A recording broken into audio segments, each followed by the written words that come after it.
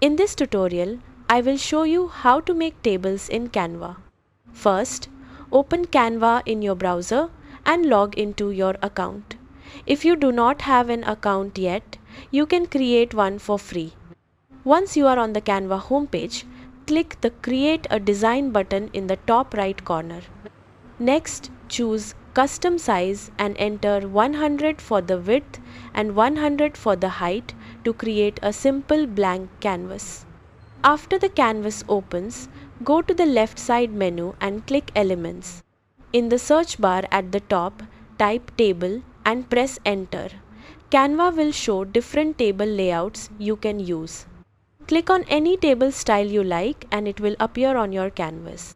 You can resize the table by dragging the corners to make it larger or smaller.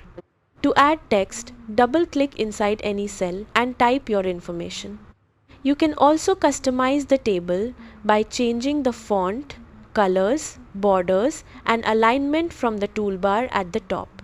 If you need more space, you can add additional rows or columns directly in the table settings. Once your table looks the way you want, review your design and make sure everything is aligned properly.